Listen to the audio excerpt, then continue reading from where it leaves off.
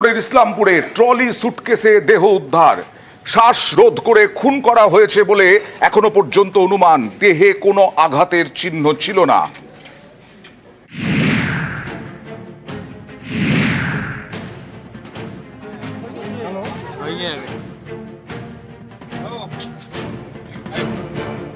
শুক্রবার সকাল উত্তর দিনাজপুরের ইসলামপুরের সোনাখোদার বাইপাস লাগোয়া এলাকায় শিউরে ওঠার মতো ঘটনা।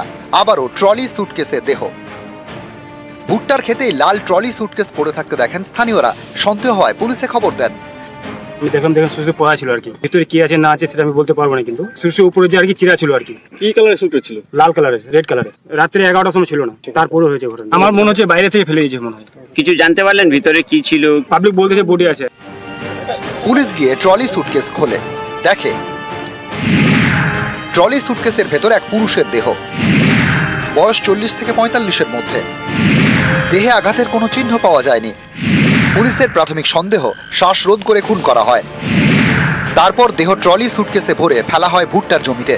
সকালে আমরা উঠে বাইপাস হতে ঘুরতে যাচ্ছি, সকালবেলা উঠে দেখলাম এখানে সুটকেস পড়া আছে। আমরা বাইরে এলাকায় দেখি, কলকাতায় দেখি বা অন্যান্য বিভিন্ন শহরে দেখি। এখন আমাদের এখানে আশেপাশে দেখতে পাচ্ছি আমরা। লোকজনের ভিড় দেখে এখানে আমি দেখলাম যে একটা সুটকেসে লাল রঙের ছিল। ওটা দেখার পরে দেখলাম যে ওখানে একটা ডেড বডি আছে। না, এরকম হয়নি, এটা কলকাতা সাইডেই হতো, দক্ষিণ দিনাজপুরেই হতো। সম্প্রতি একাধিকবার ট্রলি সুটকেসে দেহ উদ্ধারের ঘটনা ঘটেছে।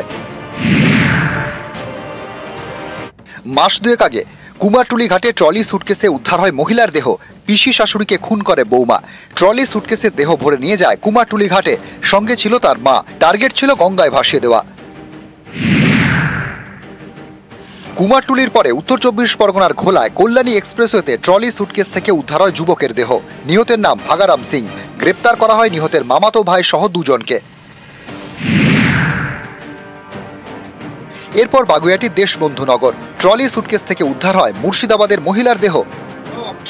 এবার উত্তর দিনাজপুরের ইসলামপুরে ট্রলি সুটকেস থেকে দেহ উদ্ধার। নিউজ 18 বাংলা। আমরা খবর দেখাই সাধারণ মানুষের সমস্যা সমাধানের জন্য। পানিহাটিতে আবর্জনার স্তূপ বারবার আমরা দেখিয়েছি। সেই পানিহাটিতে আবর্জনার স্তূপে আমরা খবর দেখানোর পর এবার ইম্প্যাক্ট, আবর্জনা সরানো হলো।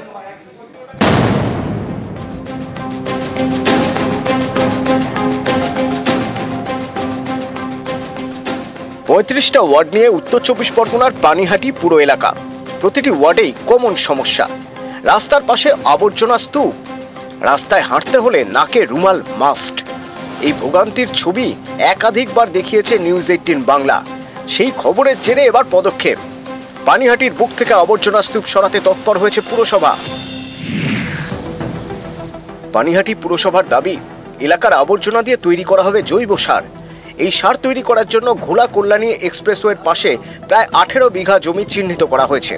এখানেই তৈরি করা হবে আবর্জনা থেকে জৈব সার তৈরির কারখানা। এই জঞ্জাল সমস্যা পানিহাটি প্রায় 5.5 লক্ষ মানুষ, 1,07,000 হোল্ডিং পানিহাটিতে। এত গার্বেজ ফেলার মতো জায়গা পানিহাটিতে নেই। আমরা যেটা কল্যাণী রোডের ধারে যে জমিটা আছে, এই জমিটা আমরা 4.325 একর জমি, এই জমিটা আমরা হ্যান্ডওভার করবো পঞ্চায়েতকে। আর পঞ্চায়েতের হাতে যে জমিটা আছে 17 থেকে 18 বিঘা জমি, সেই জমিটা ওরা পানিহাটি পৌরসভাকে দিচ্ছে সলিড ওয়েস্ট ম্যানেজমেন্ট করবার জন্য। এখানে বর্জ্য ঢুকবে এবং প্রোডাক্ট বেরোবে, ফ্যাক্টরি তৈরি করা হবে। সেই ফ্যাক্টরি তৈরি করার জায়গাটা আমরা সবাই মিলে আজকে একযোগে দেখে গেলাম। সকলেই রয়েছেন এখানে, সঙ্গে চেয়ারম্যান সাহেব নিজে আছেন। তো আমরা খুব দ্রুত কাজটা শুরু করতে চাইছি, যাতে করে প্ল্যানটা আমরা 6 to 7 থেকে 8 মাসের মধ্যে তৈরি করে ফেলতে পারি। পানিহাটির কনজারভেন্সির একটা স্থায়ী সমাধান হয়।